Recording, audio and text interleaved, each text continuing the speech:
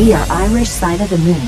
Freedom of information, personal empowerment. The Irish side of the moon. I still have a dream. There are many sources of energy available. Everything is energy.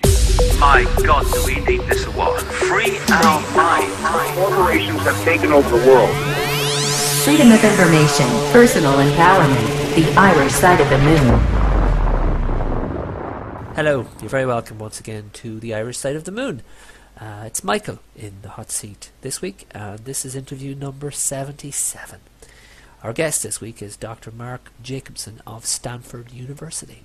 Dr. Jacobson develops computer models about the effects of different energy technologies and their emissions on air pollution and climate. And we'll talk about that work in the interview. But what's really of interest is something that is called a plan to power 100% of the planet with renewables. This was published, you can find that online at scientificamerican.com.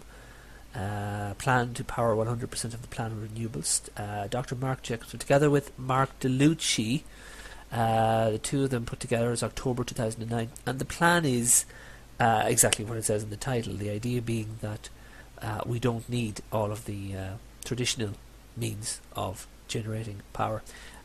Solar and wind, etc. can do all of that instead. So we'll be talking, as I say, about Dr. Jacobson's work, the nature of it, because I find it fascinating, to be quite honest, all the computer models and stuff, and then we'll dive into this idea of generating power with renewables. Wind, and just reading again, I'm looking at scientificamerican.com. Wind, water and solar technologies can provide 100% of the world's energy, eliminating all fossil fuels. Here's how. And that is the article that we'll be working off for much of the interview. A quick word about the interview before we get started. A couple of minor audio glitches that couldn't be fixed. We've been very lucky on the Irish side of the moon. There are very few shows that have been affected by audio problems. Largely this one is fine, but at the 26-minute mark there was about 10 seconds which was very garbled. There was a lot of static and there was no way to salvage it. So as you're listening to this interview, those 10 seconds are just cut out. You'll hear about 2 seconds of a little bit of blip just to let you know there's something up, as it unfortunately drowns out Dr. Jacobson's speech. So that happens at the 26-minute mark. It's not that major. At the 28-minute mark, then audio just went completely on the playback, and it was fine when I was obviously in conversation with this gentleman. But there's about 37 seconds that disappeared. So, and it was completely gone this time. There was no static. It just went dead. So what happened there again? I've just edited that down to a couple of seconds just to alert you, the listener, to the fact that there's something missing, but there was nothing to salvage. Now, apart from those two blips at said 26, 28, apart from those, the rest of the interview is perfectly fine and plays back just fine. I've heard it a couple of times and it's fine. So that's very unfortunate. No way to recover the audio on that, but it doesn't mar. I feel it doesn't mar at all the enjoyment. There's great content in this. Really was a great pleasure speaking to this gentleman. So without any further ado, let's get this week's show on the road. And I'm on the line right now with Dr. Mark Jacobson. Dr. Jacobson, it's a pleasure to speak to you today. Thank you very much for having me on the show. You're very welcome to the Irish side of the moon. Here in Ireland, on the Irish side of the moon, it's a beautiful evening. I've just been for a walk in the sunshine and recharged my batteries for our conversation. I feel on top of the world. I could break into song at any moment. I'm feeling that good. With yourself, it's early morning, and what sort of day is it in your part of the world? Oh, yeah, it's 10 o'clock in the morning here, and it's a little bit cloudy today, a little overcast, which is kind of unusual for May, but expect it to be sunny in the next week. We always assume, that you get sunshine in your part of the world. Okay, let's get started on our conversation now. I spoke in the introduction. You didn't hear the introduction, but I swear I was saying very nice things about you. I spoke about the work that you are doing and have been doing. And before we actually talk about that directly, I want to turn the clock back a little bit. We always do this with our guests on the Irish side of the moon. I want to find out a little bit more about yourself, primarily what got you in this direction? Let's turn back the clock to when you were 12 or 15. What things were interesting you? Were you interested in, were you just running around chasing girls or boys or whatever? Were you reading comic books? Were you getting in trouble? Or were you studious? Were you one of those guys who was thinking these kind of thoughts, thinking about energy? Like, what first tipped you personally in the direction of the work that you're now doing? Yeah, well, when I was a teenager, I certainly tried to study, but I played tennis, and I would travel playing tennis to a lot of different places, and I would go to Los Angeles a few times and San Diego, and it was very polluted. And I noticed this even more as I became more advanced in high school, and it was really disturbing to see that the air was so bad. And I kind of made it my mission in life at some point around when I was about 18 years old to try to solve air pollution problems. And when I went to college, I decided I really wanted to address air pollution as my career. I really decided right as a freshman in college that this is what I wanted to do. And it wasn't only air pollution, but it was climate that I was interested in as well at the time. That was a while ago, but I had to start somewhere, so I really focused on something that everybody could see and everybody could feel and affected people's health. And ever since then, I've really kept my focus on studying air pollution and then climate. And then when I was working, when I graduated from college and became a professor, I continued that work. And about halfway through that work, about in the late 1990s, I thought, well, I'm studying these problems and I really want to look at how to solve the problems. So I started looking at ways to solve the problems of climate change and air pollution simultaneously. And that kind of led me to clean, renewable energy systems, which I studied actually in the 1980s a little bit in college. So I kind of went back to my roots, to some of these old classes, and dug up a lot of information and really started analyzing how different like solar systems and wind systems, their efficiencies, and really tried to analyze can we actually use wind in particular on a large scale to replace lots of conventional fossil fuels. And that was in the late 1990s, and then one thing led to another, and here we are today, and I'm doing a lot of that work. Well, there's two things leap out. First, it's commendable. The very fact that you noticed the pollution and decided to do something about it. So many of us and so many people in that same situation might see it, reflect on it, scold about it, but then do nothing about it. So it's always commendable, and we love to hear people like yourself who decide to do something about it. And we find more and more people, not just in terms of our guests, but in terms of listeners who are getting involved in doing things, and that's always very important. Second thing there that leaps out at me is you used the word focus. And you at an early age had great focus, and you've followed through on what I'll call it a passion, because it inflamed you, and the focus has really driven your work over these last years, because you've stayed on target, as it were. And again, that's very commendable. Those are the people I think we find who get things done. Starting to talk a little bit about your work. The early days. Let's talk about the early days. When you started to investigate and when you started to learn about these things, where did you learn from? Who was before you that you could read, or what were studies, or what did you look at and then read and A, agree with, or B, disagree with? What influenced you at that stage when you were starting off in terms of those who came before?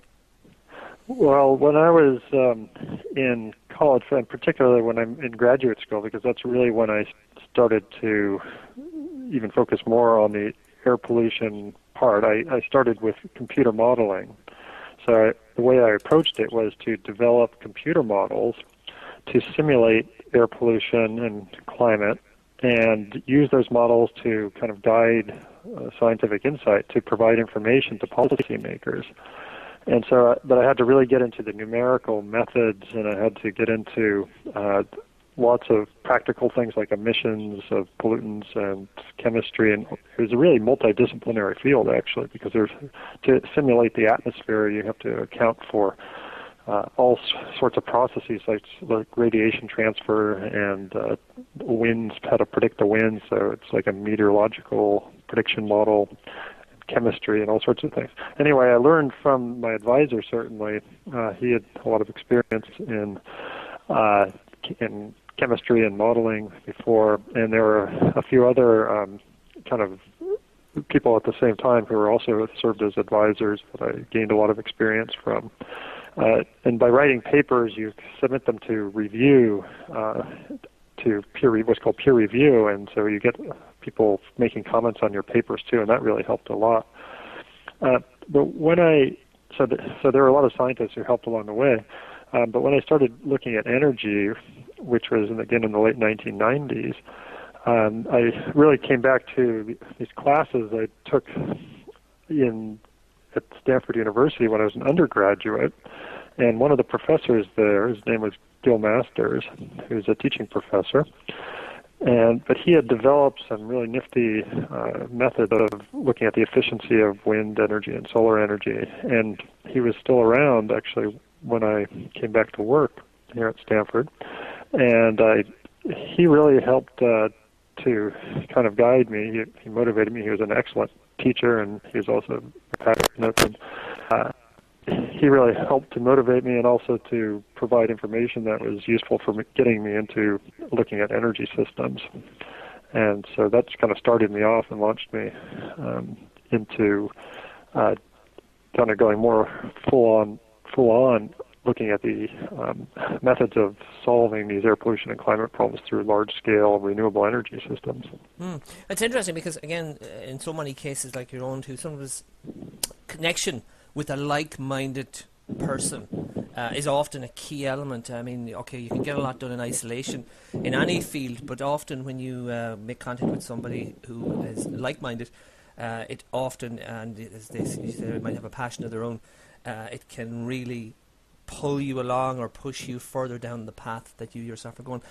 The last real question, I suppose, about yourself before we dive into your work, from those early days, from those first research and those first studies as you began to get to grips with it, were there things that surprised you? Was there anything in the early days where you as you looked at pollution, you looked at air pollution, did you immediately find yourself re-evaluating any of the beliefs you had at the start, or has it been from day one a path exactly as you would have predicted?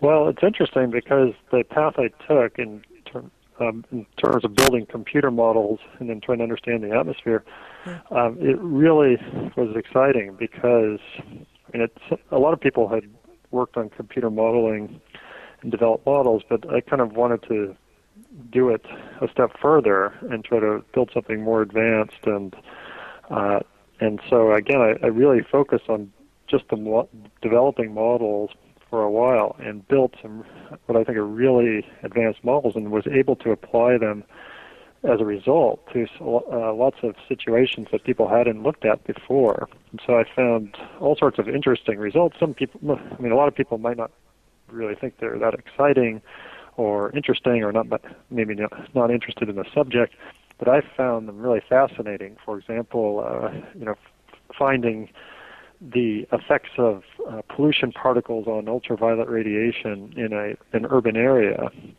and how it then feeds back to other pollution. This, might sound esoteric to most people, but pollution particles, for example, they affect people's health, and they're they have the greatest effect on people's health of any type of pollution, the aerosol particles.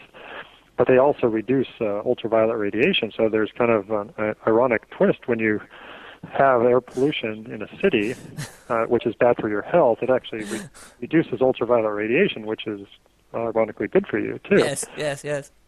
But it's still, the pollution particles are you have to have high concentrations, and that high concentration causes so much damage. It's really not a benefit to have a reduction in ultraviolet radiation. However, that reduction in ultraviolet radiation also reduces the ozone slightly.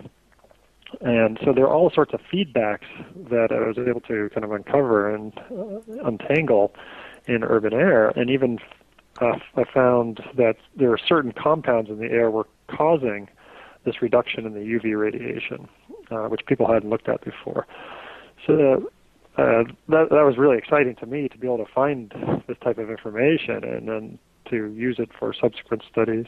I'd say probably the most important thing that I found was that diesel soot, what comes out of the exhaust of trucks and buses and and a lot of automobiles, that kind of black smoke, that may be the second leading cause of global warming after carbon dioxide, and it also affects people's health. And so as a result, if you control it, you not only reduce warming, but you also reduce health problems associated with air pollution. And to me, that's a finding that I'm most proud of because it has such a large impact. And 10 years after I found that, organizations and governments are actually starting to try to control soot as a policy measure to address global warming as well as air pollution. Yeah, that's actually, that kind of further down the list here, but I had a little note, soot emissions / premature deaths as part of kind of the stuff that, and I want to come to that again in a moment, but yeah, this is some of the stuff that you've uncovered. Because your work, and you've kind of touched on it there, your work really allows you to, and I'll be very dramatic, to blaze new trails because you're able to go down avenues that previously haven't been travelled.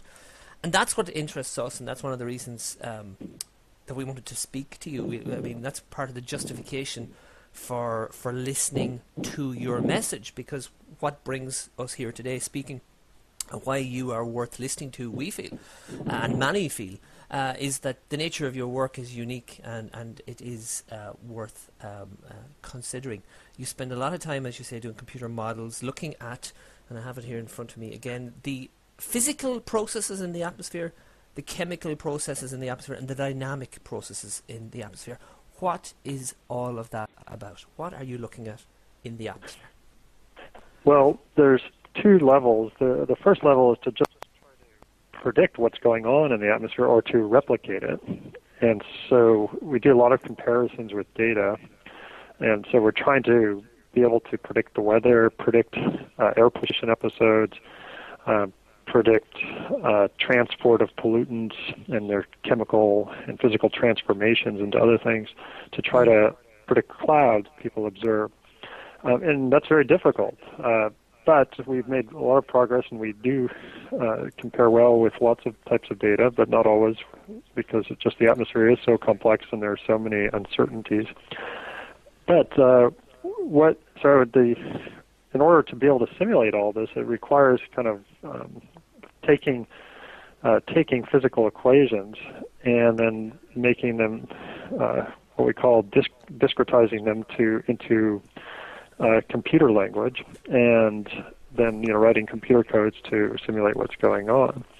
But the nice thing about it is when you have the model pretty complete, you can do all sorts of things with it that you can't really do with observations, or you can't do with observations, because observations just tell you what the current conditions are or the past conditions are. But with a computer model, you can ask a lot of questions. Well, what if? What if we changed something in the atmosphere or we changed emissions? So we can look at the effects of lots of different things. For example, vehicles. We can look at what's the effect of one type of vehicle fuel versus another. So we've done that. In fact, we've looked at, well, what's the effect of, for example, ethanol-fueled vehicles versus gasoline vehicles, and diesel vehicles, for example, and what's the effect of hydrogen fuel cell vehicles or electric vehicles on air pollution and climate. And by just basically running two simulations, because these are three-dimensional models of the whole world, and we also can focus in on individual cities and countries, and we can run two simulations, let's say, where we have all the vehicles are one type, such as gasoline or our current fleet, and then we can do a hypothetical simulation if we convert everything to ethanol vehicles, for example.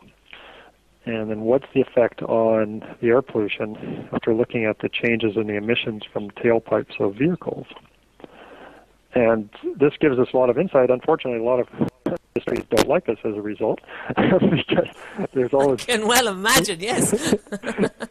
there's always somebody who comes out on top and somebody who doesn't. I'll give you an example that's, I think, kind of funny in retrospect.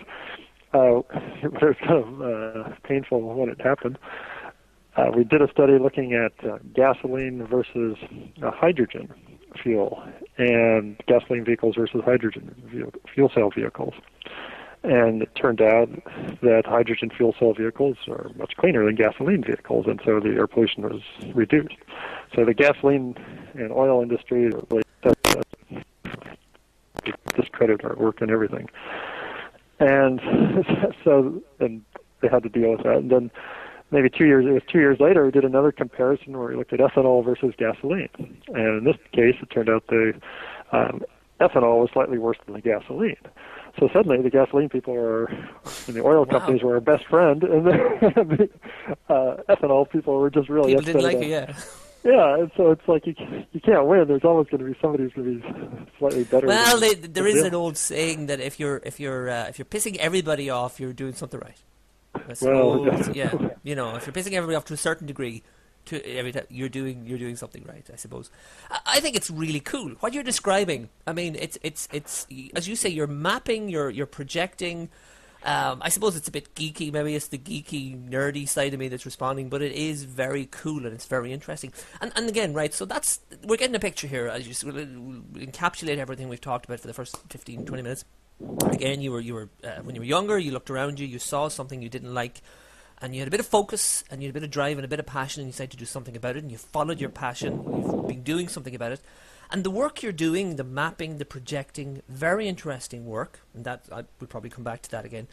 But as a consequence of that work, and as a consequence of those results, it has led you to make certain conclusions, and it has allowed you the chance to speak out on certain things. For instance, if we start now to talk about nuclear energy as a source of all our needs, or we look at wind power, or we look at solar power, what has your research led you to conclude about these various forms of energy?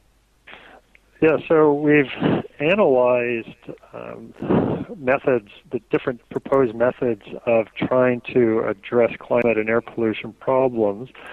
And for example, it was about almost 3 years ago, we started a study and finished it shortly after, where we looked at solar energy, wind energy, geothermal power, nuclear power, hydroelectric, tidal, wave power, coal with carbon capture and sequestration. That's where you kind of trap the carbon dioxide from exhaust and try to pump it underground. And a few other sources, including biofuels. And we tried to just compare them all on environmental and practical grounds, such as we looked at their effects on global warming, we looked at their effects on air pollution, we looked at effects on land use and water supply, and also on ability to match power demand. And we evaluated, actually there were about 13 different categories and a bunch of different energy technologies, and we came up with a ranking, and we ranked these different technologies, and then came up with recommendations. And the top ranked technologies in terms of their benefits for humankind, in terms of climate benefits and air pollution benefits and minimizing impacts on the environment in other ways, were wind energy and solar power. There are different types of solar power too, but also geothermal and tidal power and wave power and hydroelectric power. But what we did not recommend were nuclear power or coal with carbon capture or biofuels. And the reason is, in the case of nuclear... That's a guaranteed way to make enemies. Yeah, because the nuclear industry is very strong, and all these industries, they make a lot of noise and try to push their products. But we try to evaluate these products, and we have no financial interest in any of them. So we try to evaluate them from a scientific point of view because we're interested in trying to solve the problems in the most efficient ways. And the nuclear, in turns out that in terms of emissions, well, they're not clean. I mean, they're cleaner certainly than your conventional fossil fuels, but nobody claims that conventional fossil fuels are clean. But they're not as clean as wind energy, for example. In fact, the emissions associated with nuclear power are about 9 to 25 times higher than for wind energy per unit electric power generated. And that's because you have to continuously mine and refine uranium for nuclear power, and that is a very energy-intensive process, whereas for wind turbines, you don't. You just put them in the ground, and you have to build them. There's some carbon associated with that and pollution, but it turns out that that's 4 months worth of their running is the amount of energy required to offset that carbon, and they run for about 30 years. And it turns out that nuclear power is about 9 to 25 times more carbon. But that's not actually the major issues with nuclear. And even the nuclear meltdowns, which are significant but are not the major issues, the nuclear meltdowns, by the way, 2% of all nuclear reactors ever built have melted down. So those are not risk-free. And they are a cause of concern. I mean, we've been simulating, in fact, with our model, the effects of the recent meltdown in Japan on global cancer risk. And we're also simulating, well, what's the effect of if that same meltdown occurred in California, what would be the cancer risk? And it'll that the cancer risk it's not huge for the Japanese now, but it's also not zero, and it is a modest cancer risk of deaths from cancer, but if you actually had the same meltdown occurring in California, then the risk goes up astronomically because you don't have the whole Pacific Ocean to remove a lot of those emissions because the winds are going from west to east. So, but anyway, that's a risk associated. There's nothing like that risk associated with clean renewable energy sources like wind or solar. There's no disaster risk, whereas there is one with nuclear. But there are two major disaster risks with nuclear, not only the meltdowns, but the other one is nuclear weapons proliferation, which is a more serious issue, because we know already that 5 countries historically, at least 5, have developed nuclear weapons capabilities secretly under the cover of nuclear energy facilities. And if we expand nuclear more, then more countries will do this. And that's pretty much a guarantee. And you can imagine if we wanted to power the entire world with nuclear power, we would need about 17,000 large nuclear power plants. Right now we have about 440. And so even if we increased that, even if we powered 5% of the world with nuclear, we would basically double the number of nuclear power plants, and many more countries of the world would have energy facilities, nuclear energy facilities, and some of these would then secretly start processing uranium to develop weapons. And just one megacity, if it's destroyed due to the weapons from these nuclear energy facilities, then that would kill more people than the annual death rates from all the air pollution that occurs, for example, in the United States. Of course. And a lot of carbon emissions associated with the burning of the cities as well. But it's really the deaths, the risk of catastrophe that is really should be unacceptable to most people. Yes, yeah, and I think we'll come back to that again. Exactly, I think you make a very strong point. Okay, so we've gotten an idea of where your research has taken you conclusion-wise, and the information that you have gleaned from the data. You're able to project some things. Okay, with that information, with those conclusions, let's talk about going down the road of making it happen. Let's talk about, and I quote, a plan to power 100% of the planet with renewables. Tell me about this projection.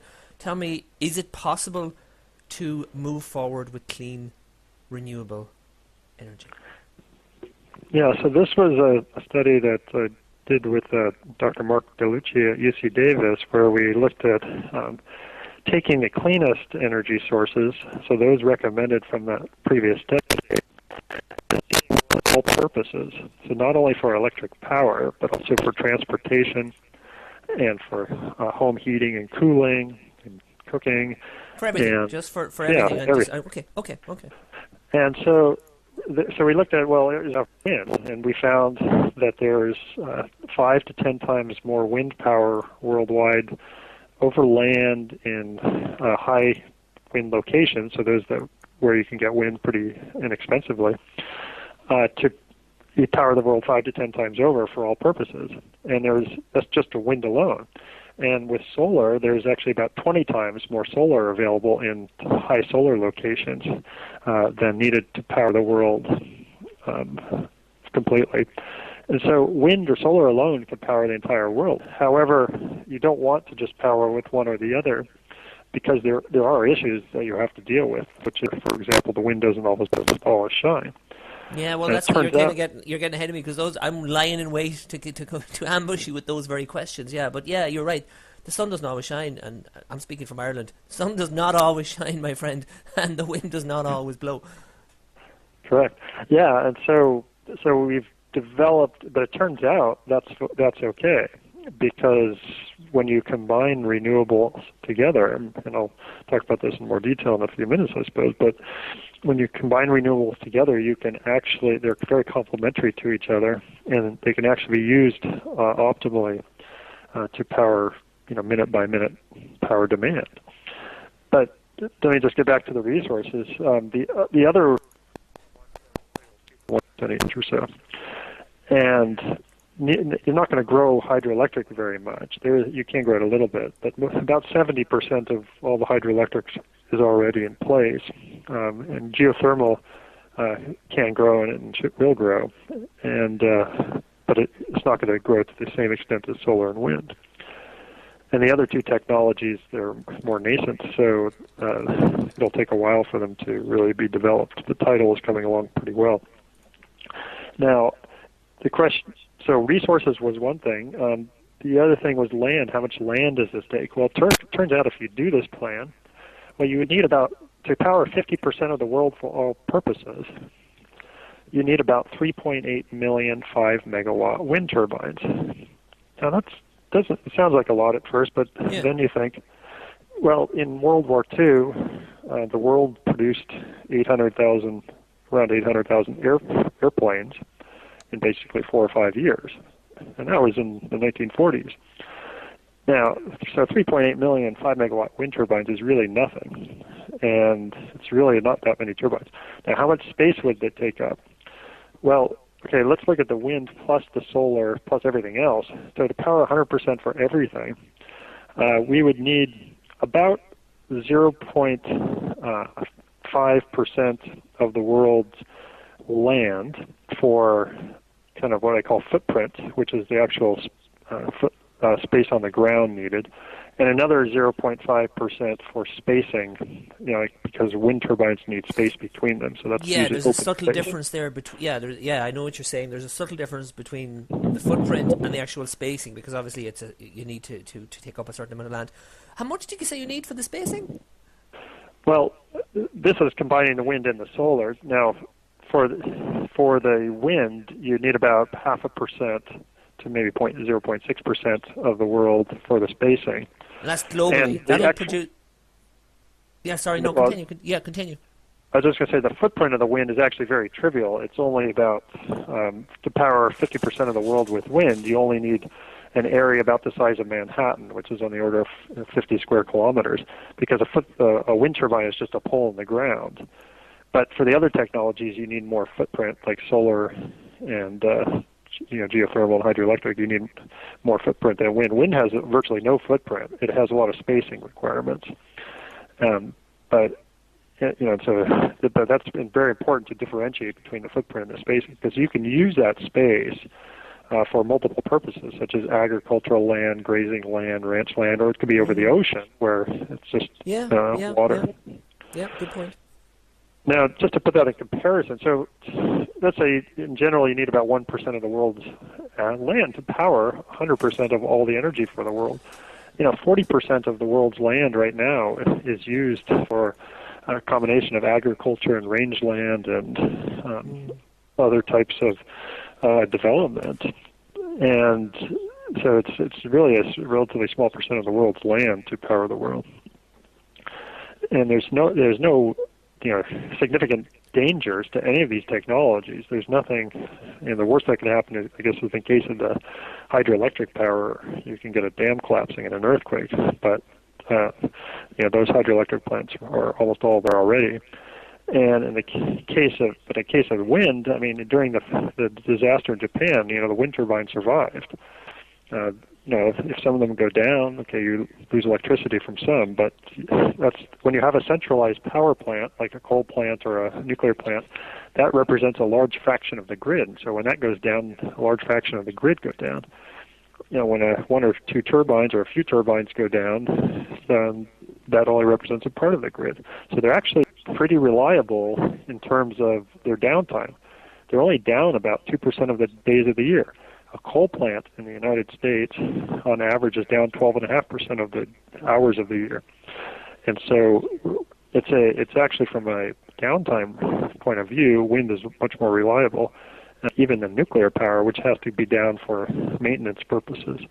In France, nuclear power is down on the order of 20 to 30% of the hours per year, each plant, because of required maintenance. In the U.S., it's more reliable. Maybe it's 10% or so. But so there are issues with the downtime.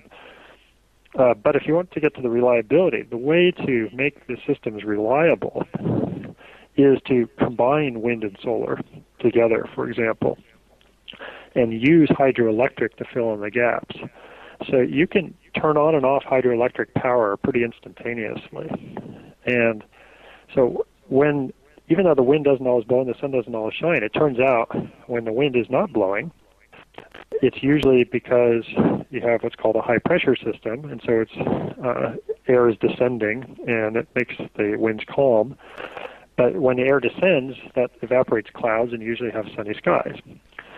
And conversely, when it's cloudy, then often that means you have a low pressure system around and the winds are faster. So usually when the wind is not blowing, the sun is shining, and when the sun is not shining, the wind is blowing. And so you can use this fact to optimally combine wind and solar together over large distances, and then use hydroelectric to fill in the gaps of supply. So we found, in fact, for using real data in California, that we could supply for 2 years straight, we could supply 99.8% of our electric power carbon-free, just combining wind and solar and geothermal as some baseload, plus hydroelectric to fill in the gaps. And only 0.2% of the hours of the year we couldn't do that because the wind was not blowing and the sun was not shining sufficiently. That was the only time. Again, repeat that. That was the only time you couldn't do it. Was about 0.2% of the hours of the year. Of the year. Yeah. So basically, out of every 1,000 hours, that would be 2 hours. That this wouldn't. Yeah, work. we could not do it. We could not do it. Okay, we're going to. Yeah. Sorry, we'll take a quick break. We're just going to just play our stinger here. We're talking to Dr. Mark Jacobson on the Irish Side of the Moon. It's fascinating stuff. We're coming right back. Just stay with us for about a minute. You're listening to the Irish Side of the Moon. You can hear our new episodes every Monday on radiomedia.org and irishsideofthemoon.blogspot.com. You can also download episodes from iTunes, Stitcher, and many other sites. You can follow us on Twitter, you can join our Facebook group, and if you're already in the group, don't forget to invite your friends. If you have any ideas for future guests on the show, send an email to shane@theirishsideofthemoon.ie. We are Irish Side of the Moon. Freedom of information, personal empowerment. And welcome back to the Irish Side of the Moon. I'm talking with Dr. Mark Jacobson. And we talked a little bit about your background, the idea of you as a youngster, looking around you at pollution and so forth, getting interested, concerned, deciding to do something about it, studying, learning, and finding a new path for yourself, largely developing computer models about the effects of different energy technologies and their emissions on air pollution and climate. And then from those computer models, you came up with a lot of information, a lot of conclusions. It's led you to have very strong opinions with regard to, we'll say, nuclear power, wind power, solar power. And we talked then about a plan evaluating the feasibility of large-scale wind, water and sun energy infrastructure. And at this stage in the show, we'd usually like to criticize our guests and kind of find contrary data out there and find out what other people are saying about these things. And one of the strongest criticisms, and you've dealt with it already, I'll be honest, of the plans that you advocate would be the idea that they're inconsistent, the idea that you can't rely on them 24/7. And your solution seems to be, and it is, as you said there before our short interlude, it's really about mixing and matching, putting them together so that if something isn't working for one reason or another, then the other one slots in. It's like a smart system to generate, or not to generate, sorry, a smart system to use the various options. And just before we broke off there, you were saying, and again, I want you to repeat that, you were looking at, was it just California you were looking at, and the idea of, for a year or whatever, being able to generate enough power, and there was only a small window where that wouldn't work. Like it was, as you said yourself, where it's like 2 hours out of 1,000 or something like that. Correct. Yeah, so it's really this whole thing of trying to match power supply with demand is really an optimization problem. It's actually not rocket science. It's the reason that people are concerned about it is because nobody's really tried it. Yeah, because it's not being done. It's not being done with the current systems. Okay, it's not in place at the moment anyway for our current. Yeah, well, except I mean there are some places that there are large penetrations, not as large as we're talking about, but larger than where most people are used to. For example, in Denmark, 20% of the electric power is from wind. And there are, in fact, in Brazil, I mean, say 70% of the electric power is from hydroelectric. So there are places where huge amounts, but essentially huge amounts of electric power is renewable and things work reliably. Now, I should say, okay, but there are multiple methods of addressing this problem. It's not just the one we're talking about, but I'll try to list them. The main method, I think, is bundling, treating renewables as one commodity. So wind and solar, geothermal, hydroelectric, for example, those should be treated as basically one commodity instead of trying to just treat them separately as wind and solar or geothermal separately. So the problem we've had in the past is everybody's thinking, oh, if we just add a lot of wind, that's a problem because wind is intermittent, it doesn't always blow. Well, yeah, that's true. But I want to have people change the way they think about it. If we think of it as, wind plus solar plus hydroelectric, that's like one big commodity instead of having, individual commodities. And when you treat that system, the combination of those together, things become a lot more reliable. And the other thing is, if you actually have a transmission system that covers a large distance, things can become even more reliable. So, for example, in Europe, there's talk about a supergrid that would connect hydroelectric and wind in the north, in Scandinavian countries and northern Europe, with wind and solar in the south, in the desert. When I say the Sahara Desert, it's going all the way down to the Sahara Desert where there's huge amounts of wind and solar, and connecting a large grid that would connect all of Europe. And by doing this, you not only can bring more resources into play, but even if the wind is not blowing in one place, it's usually blowing somewhere else that could be hundreds to even maybe 1,000 or more kilometers away. And same with sunlight. So the larger the area you can transmit energy over, the more likely you'll have the available resource. So besides just combining renewables, you also want to have them interconnected over a large region. Third, there's another way to get rid of like those 2 hours out of 1,000 that were having trouble, and that's called demand response. Utilities can actually pay people to reduce their energy use in times of peak demand. And they do this right now. I mean, this is nothing new. This is what they've been doing, but they could do it even more in a kind of large-scale renewable energy system.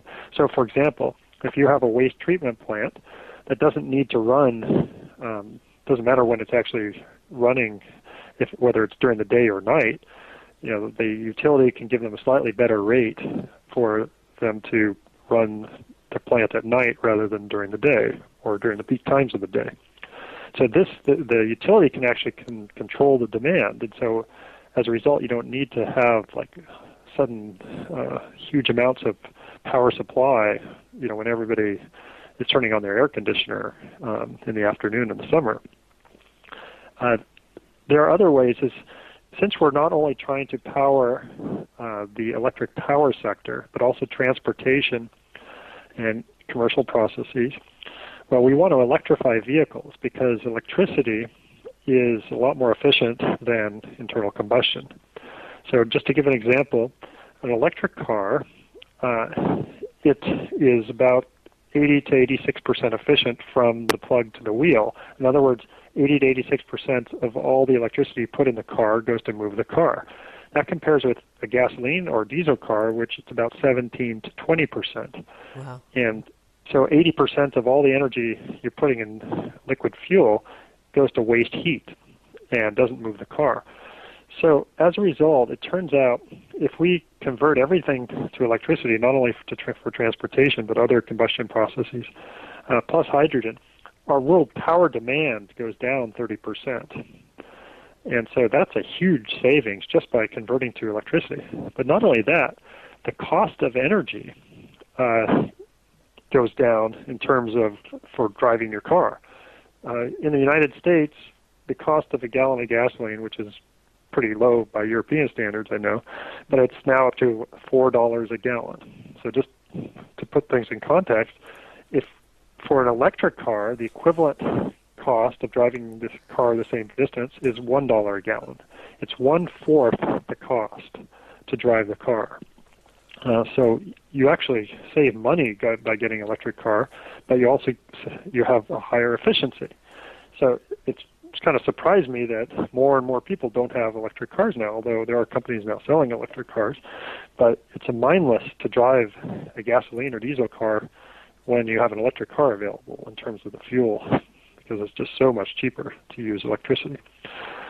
Now, so if we use electricity, and then also we'll need hydrogen for some types of transportation, and also some hydrogen processes. And hydrogen is like a fuel that is that you can produce through electricity. You can just pass electricity through water to produce hydrogen. That's called hydrolysis. It's called electrolysis.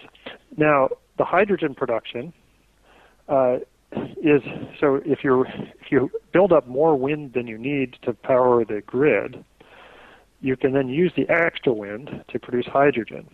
So another way to match the power demand better is just to build more wind and solar than we need, and use the extra electricity when we have too much wind and too much sun to produce hydrogen, which will be used anyway in other sectors of the energy economy. So anyway, the point is there are a lot of ways to try to match power demand with supply. It's just an optimization problem. Yeah, that's coming very clear. I mean, it's becoming very, very clear from listening and keeping up with you that, yes, it's not straightforward. There are many ways to try and accomplish it and to deal with that major criticism. So, yes, the plan seems extremely well thought out in that, and it certainly does. It certainly will say, let's assume, before I move on to my next question, let's say that I'm being swayed. Let's say that as a critic, I'm like, okay, you're starting to really deal with my fears. I'm going to change track now. I'm going to go to a completely different question. Because as well as the plan seems to be, and as well as everything seems potentially possible in theory, there is still one reason that makes me think this could never happen.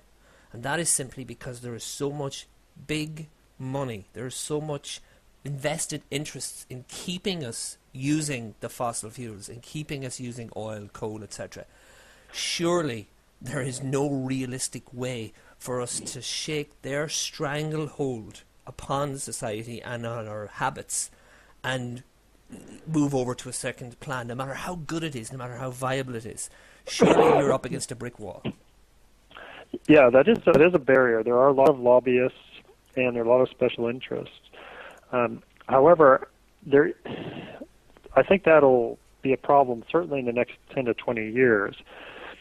I am confident, though, that maybe past 20 years, that there'll be such a larger penetration of the renewables and electric cars and more efficient technologies that their cost will be sufficiently low, and these renewables will have sufficient number of lobbyists that they will start to overtake the fossil fuel industry, and the fossil fuel industry will find it more efficient to become renewable industries themselves. So I'm not. I mean, I can't say that's definitely going to happen, but I think that's what I think will happen, because I mean, once the costs of these technologies are sufficiently low, then they will, just by nature, take over. I mean, just to give you an example of the electric vehicle case, I mean, I have an electric vehicle. I pay effectively $1 a gallon for equivalent gallon of gasoline. Now, so the gasoline cars cannot compete with that low cost of fuel, because the gasoline car costs $4 a gallon. So as soon as enough people realize this, people just don't realize that it's so cheap to use an electric car. Nobody's going to buy a gasoline car anymore. That's kind of coming. I mean, my next question is a short question: are people getting more educated about these things? I mean, you're out there, you're talking about it, you're writing, you're lecturing, you're on radio shows, etc. You're talking to people. People are getting back to you. Are people more educated than they were 10 years ago? Are they going to be more educated? You know, what's your feeling? Well, they are more educated, and especially the young people. I mean, I know in schools, in elementary schools and in high schools, they are teaching these things, and they didn't teach them when I was growing up. And so I think the younger people in particular are, and they are very excited. I do find that the penetration of this information is pretty slow. In the United States, it's also geographically, it depends on where you live. I mean, certainly in California, where I live, there's a lot of knowledge about this type of information. But if I go to the East Coast or the South, they talk about something else, and as if I'm from a foreign planet or something like that. So it is a dichotomy. I think there is this slow penetration worldwide of this information, but it's very slow. It's regionally, it's faster, I think. Certainly in places like, just to give you an example, in Germany. I mean, Germany is very progressive right now in eliminating nuclear power plants and trying to go to large-scale renewables. And I think a lot of places in Europe are similarly pretty progressive. I think the European Union in general has a goal of 80% renewable energy by 2050, which is admirable. In Australia, there's a lot of talk on large-scale renewable energy. So geographically, it varies with location. I think a lot of places want to invest in clean technologies because they realize that this is going to be a moneymaker in the future. Yeah, and I think you've hit on it there, because you mentioned it earlier and I didn't respond, and you've mentioned it there again, so I'll jump in. For good or bad, for good or ill, it is a fact of modern life that the profit motive dictates a lot. It does with big business. It just, sadly, however you feel about it, it's a fact of life at the moment. And you do say quite correctly there that as soon as the big money, the vested interests, etc., are in a position where they can see, or things have changed so they can see that there is a profit to be made, then that, as well as education of the ordinary people, that will probably dictate what happens in 20 years' time. Because if it's profitable to put the electric cars out, and if it's profitable to do all of the things that you mention in our talk today, if it's profitable, then it's much more likely to happen, isn't it? Yes, that's correct, and that's where governments come in, because governments can set policies to give incentives for these infant industries, clean tech industries, to advance forward. And so, to some degree, they'll do it on their own. Some energy technologies are cost effective right now. I mean, wind is competitive. It's been, for 4 years in a row, it's been number 2 new source of electric power in the United States, and number 1 in Europe last year or year before. Solar is becoming less expensive on their own, except solar needs a lot of subsidies right now, and the more that it can be encouraged, more likely it'll become cost effective on its own. Same thing with electric cars and transmission infrastructure. To the extent government can help, that would spur on this new generation of energy technologies and this transformation of the energy infrastructure. But the problem is, for example, in the United States, all the fossil fuels, they still get lots of subsidies as well. So although renewables are getting more and more subsidies, so are fossil fuels. And so it really requires somebody at the top, or at least to make decisions, to say, look, this is where we want to go, and we need to not subsidize these technologies that are polluting and harming our health, and as a result costing society in terms of higher medical costs, higher insurance rates, higher taxes. That's the other type of information. I mean, the health costs alone associated with fossil fuels are so astronomical that they're a burden on society. I mean, taxpayers pay these costs, and these are real costs that are well known now. But even 5-10 years ago, people didn't really know how to quantify them so well, but now they're much better quantified and consistently quantified. And so as people get that information, they'll realize that basically the fossil fuel companies are not only getting actual money subsidies, but they're also being subsidized because taxpayers are paying for the health damage that they're causing.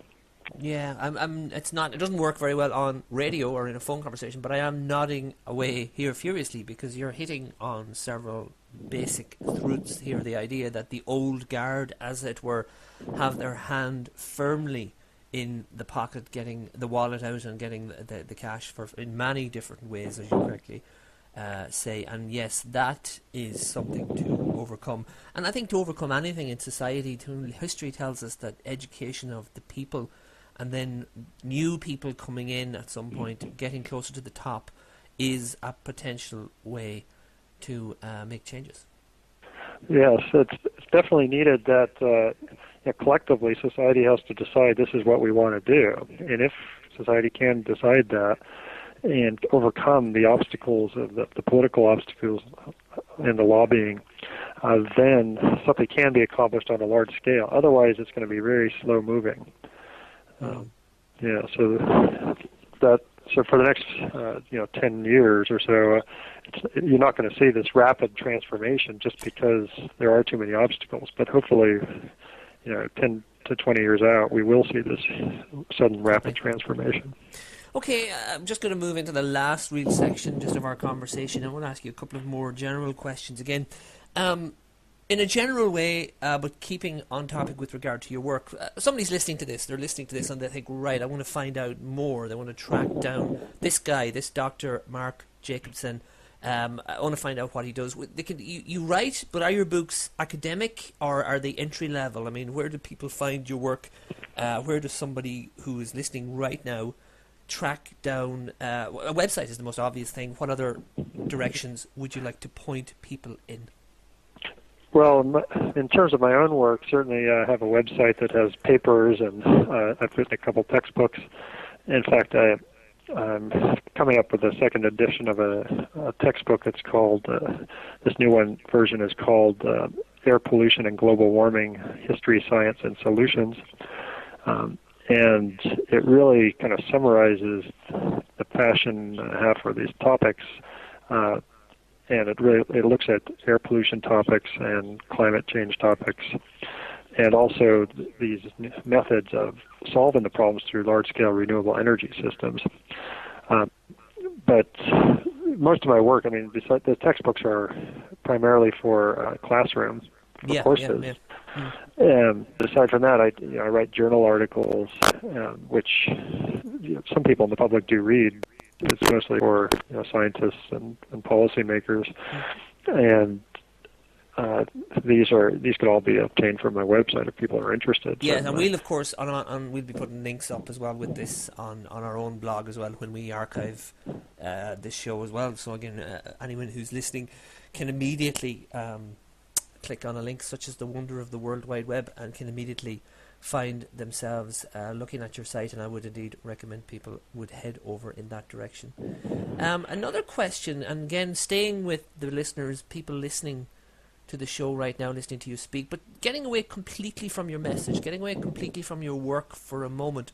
It's always interesting to us to find out, when we have guests on, when myself or Gabriel or Tommy, when we're chatting to people, it's always interesting to know, like, what you do, what do you bring to the table in terms of lecturing, research, your work methods. If you could advise, say that I take the place, if I say to you now, right, I'm not greatly interested in your subject matter, but I'm fascinated by mobile phones and I really feel they're a danger and I want to campaign and I want to write. Let's say that I'm asking you for advice about methods. I mean, how do you focus? How do you get work? Do you work early? Do you work late? Is there any tips for motivating? Do you lead a team? How do you invigorate a class when you stand in front of bleary-eyed students or just how do you get people doing things? How do you get your message? How do you get your message across? Well, there's actually multiple ways. I mean, my work is partly teaching, so I teach classes during the year, and I do research and I advise students as well. And so in the classroom, it's kind of one set of students. I certainly try to talk about things that are important, but also that they, fundamentals they have to learn the basics of if they want to understand this problem further. So the classroom is a good opportunity to teach students, the basics and then some applications. So you teach them about physical principles, chemistry, and meteorology, let's say, and then you talk about, research results that have been accomplished already and that that might interest them. So it's really a combination of basics and fundamentals. In terms of the research, I really try to focus on what I think are topics that are important from a social point of view. I mean, I could spend my time talking about or researching really esoteric things that are of interest, but at this point in my career, I really want to do things that might have an impact on society, that can benefit society. So my mantra has always been to focus and to try to do a good job in researching. So that really requires detail. I mean, I try not to slough off the detail just to produce a result. You really need to spend time and be patient. And when all is said and done, you want to be able to be proud of the work and saying, yeah, this was the best I could possibly have done. So I always ask myself at the end of the day, is this the best I could have done, given the tools I had? And if the answer is yes, then I say, okay, yeah, this is worth putting out. But it's always dangerous, though, because sometimes we are our own worst critics. We can be very hard on ourselves, harder than any peer ever would be. That's true, and as a result, sometimes people want results. Well, there are a lot of cases where people really want results fast. And so I've had to sacrifice not being able to produce output just because I wasn't satisfied with the result. Because I think it's worse if I produce some output and then I realize after doing more work on it that it's wrong, and then that hurts my credibility and also. Yeah, so fewer people will believe the results later on. Just at an academic level, does that ever happen? I mean, over the last years, do you ever has there ever been a time where you've put yourself out there for something, and then 5 years later you realise, well, the data's not telling me that anymore? Has that ever happened? Is there any specific instance where you had to backstep and think, I no longer believe what I believed 5 years ago because I now know more?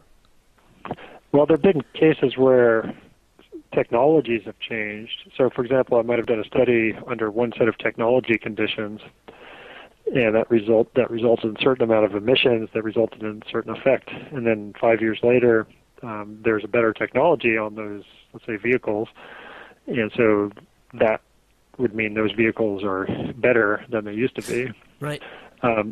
So that's not so much an error in the research, it's just that things change. Things change. The actual input data will say, if I'm trying to be scientific about it, your input data, am I correct here, has changed because now something in what the readings are different. So that changes things. Yeah, I can understand. Yeah, that's kind of a danger in my field because a lot of results become obsolete pretty quickly. When technologies change and when situations change. So the results might be valid for a period of time that a given technology exists. And so I try to be careful now, especially to see, okay, I don't want to spend a lot of time on something that might be where the technology might be obsolete anyway in a year or two. So then nobody's going to care about the result after that.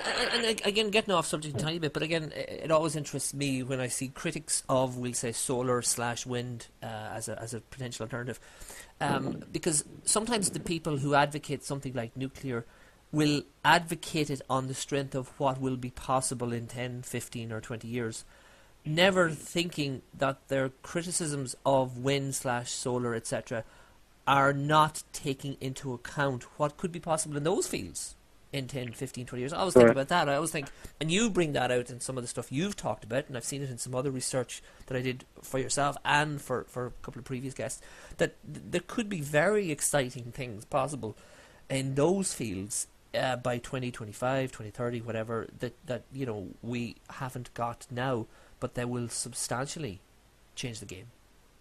Yeah, so and that brings me to actually an important point in our goal really is to develop in terms of changing the entire world's energy infrastructure. We really want to use technologies that exist today because we can't afford to wait 20 years to start implementing. And this is a very important point because, just to give an example, the Arctic ice is melting rapidly, and it will be gone in 20 to 30 years. Yeah. So if we wait around for possible technologies that might be ready in years, then first of all, that might not be ready. I mean, cellulosic ethanol, they've been working on this since late 1970s, early 80s. They keep saying, oh, it's just 5-10 years away, and even today, there's hardly any penetration. Same with certain types of other technologies that they've been working on for 40, 50 years, and they keep saying it's 5 or 10 years away. So it's a risk, and it's not one that we need to take when we have existing technologies. But it's true that certainly wind will improve, solar will improve in 15, 20 years. But we base our analysis on what we have today, and so it can only the analysis can only result in better results if we assume newer technologies that might be available in a few years, but we want to be conservative about it. Yeah, and you want to get started, like obviously you say there, you make a very good case. We can't wait around, and I certainly wouldn't advocate that. Final words, Dr. Mark Jacobson, to leave the listeners with, encapsulating everything that you think is important to say. What would you say as your parting words that you want us to think about as we go and mull over our the rest of the day? What's really the crux from yourself? Well, first, I want to motivate that climate and air pollution and energy security are extremely important issues, and there is a way to solve the problem of climate change, air pollution problems, and energy insecurity through large-scale, clean, renewable energy systems. It can be done. It's technically feasible to be done, and the key is really to get people motivated to try to solve the problem. And so everybody can help to solve the problem in their own way, either through their own purchases and how they, what kind of energy systems and transportation they use themselves, and in lighting in their homes or heating and cooling, but also through how they vote, for certain politicians who are favorable towards renewable energy systems. Yeah, good point. Yeah, I'm not an advocate in my work in the sense that I try to produce results, but as a citizen, it seems pretty obvious that if more people who are supporting this type of lifestyle and society change, the faster that we can actually have a safer and cleaner society for our children and grandchildren. Dr. Mark Jacobson of Stanford University, thank you very much for making time this morning to speak with us here on the Irish Side of the Moon. It's been a pleasure. I look forward to keeping an eye on all developments with regard to all of this technology and all of the potential, and hopefully we'll speak to you again. It would be great to cross paths with you again. Thank you very much for your time. Okay, thank you very much for having me on your show. And it was great to have Dr. Jacobson on our show. Great pleasure. If you want to read that, the core article that we were chatting about there, it's a plan to power 100% of the Planet with Renewables. I'm looking at it right now. It's on scientificamerican.com, and I just found that by Googling the phrase plan to power 100% of the Planet with Renewables. We'll put a couple of links on the blog, Irish Side of the Moon. Our archive, irishsideofthemoon.blogspot.com. It's where we archive. Well, they're also on iTunes, of course, but we archive the shows there, and that's number 77. And put a couple of links there. 76, Matthew Dentith, talking about conspiracy theories. Matthew awarded the James Randi Educational Foundation Critical Thinking Scholarship in 2007, currently finishing his PhD. Dissertation concerning the epistemology of conspiracy theories. That's show number 76, is sort of all-encompassing, and a link there as well to Matthew's own blog, and very entertaining reading it is as well. Podcasts of his other radio appearances in New Zealand, well worth checking out. That's 76. 77 is this one. You're listening to it, or maybe you didn't download it, maybe you're listening on radio, but Dr. Mark Jacobson. So yes, you can check us out online at the blog, and of course feel free to get in touch. Michael at the irishsideofthemoon.ie, Shane at the irishsideofthemoon.ie if you want to suggest guests. Shane's the man to contact. He handles that side of things. With regard to radio stations, if you are aware of a station or you're involved with the station that you would want us to contact, you think would be a good match for Irish Side of the Moon, we're airing on various stations at the moment, hoping to grow that number in the months ahead. You can contact me, Michael, and with regard to that kind of stuff.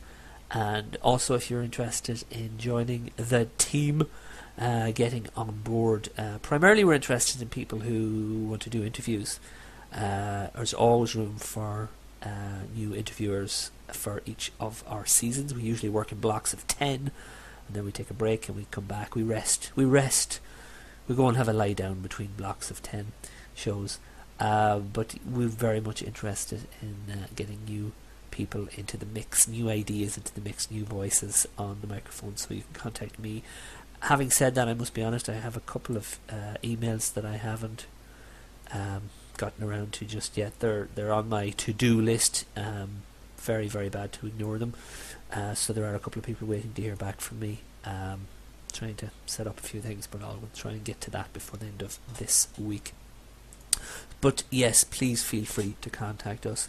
And another way to contact us, the most popular I think at the moment, is the Facebook page, which we always plug every week at the end of every show. Always important. Facebook.com, Irish Side of the Moon.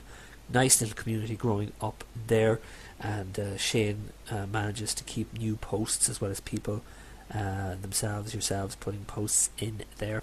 I'm just going to, as always, try and have a look at a few posts there. Shane threw up The God Who Wasn't There, linked to a YouTube movie. Just looking at it here, best thing for me to do, is, since I haven't seen it, is read the blurb. Bowling for Columbine did it to the gun culture. Super Size Me did it to the fast food culture. Now, The God Who Wasn't There does it to religion.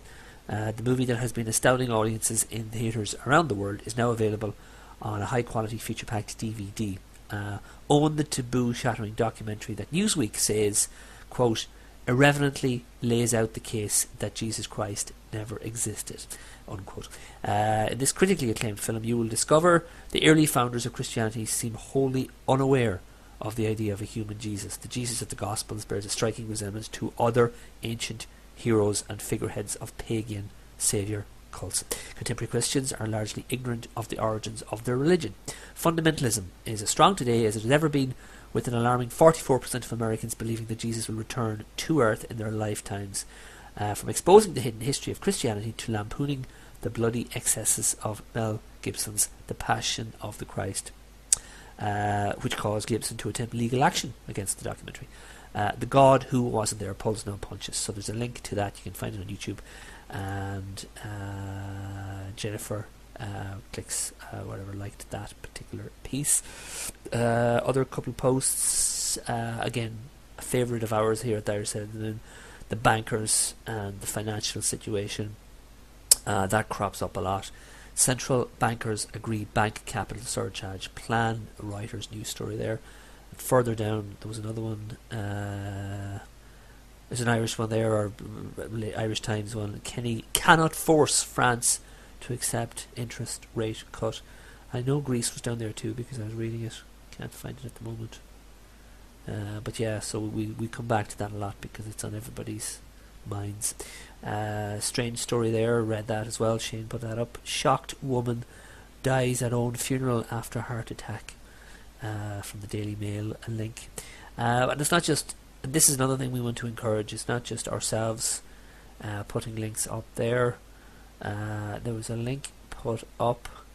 I was reading this about an hour ago. Now I have to try and find it again. David put up Louth County Council. I'll actually read the story here. Louth County Council spent €100,000 on forced medication of you and your family. This is DundalkTM.com. In an article in this week's Argus, 22nd of June, a local newspaper in Dundalk, it was reported, following a question by Councillor Jim Lauren at the monthly meeting of Louth County Council, they admitted to spending €100,000 between 2009 and 2010 on approximately 115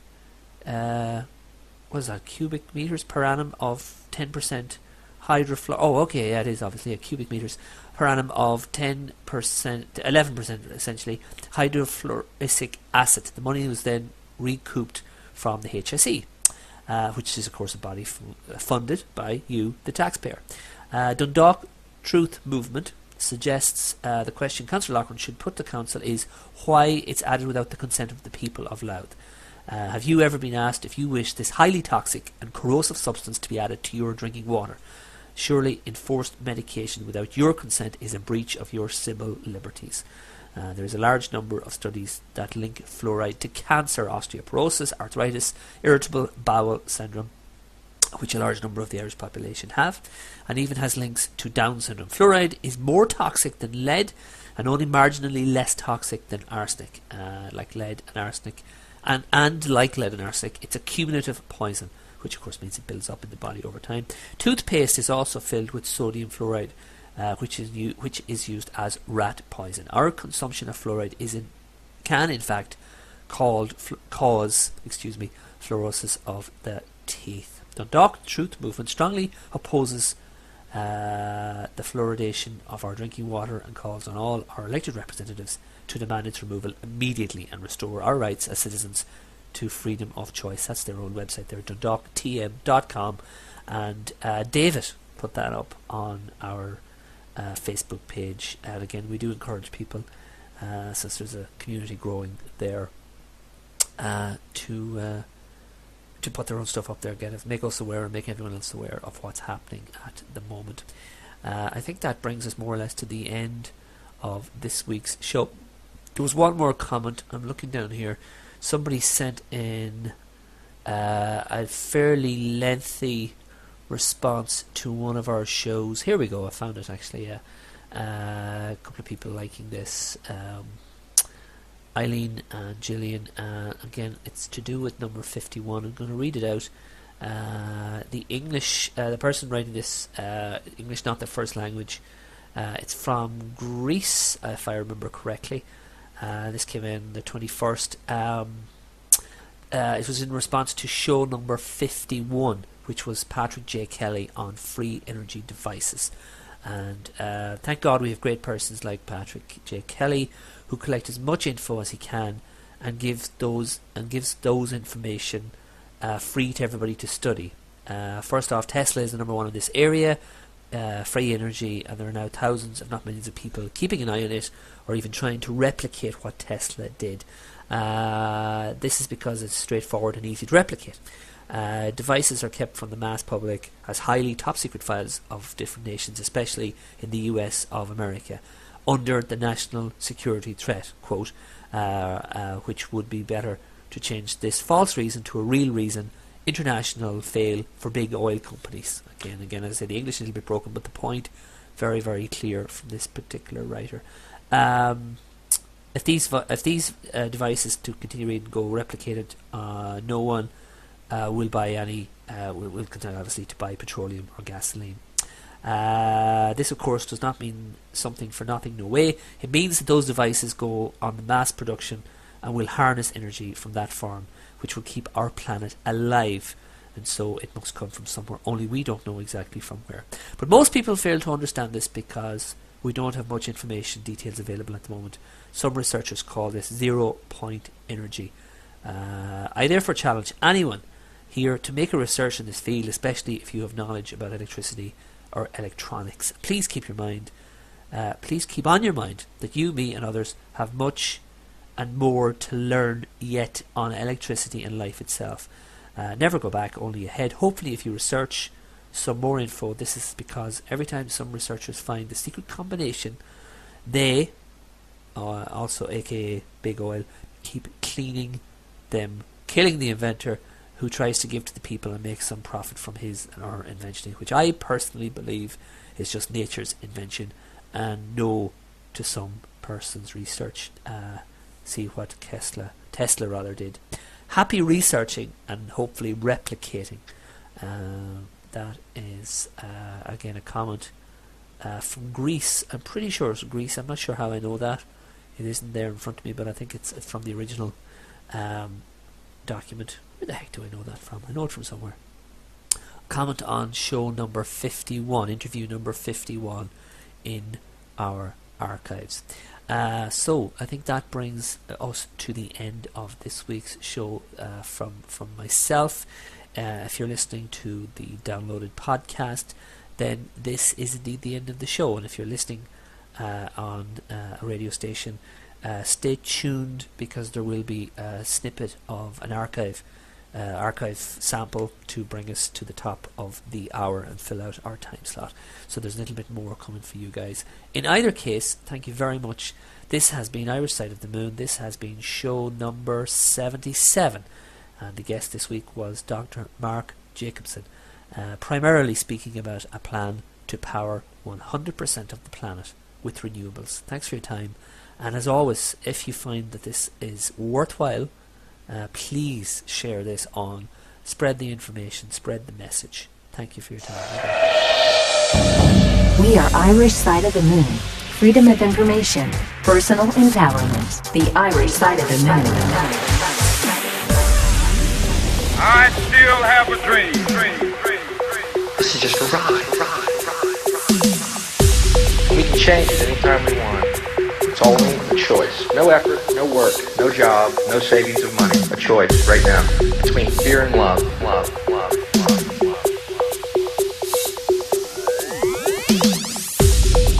Freedom of information, personal empowerment. The Irish Side of the Moon.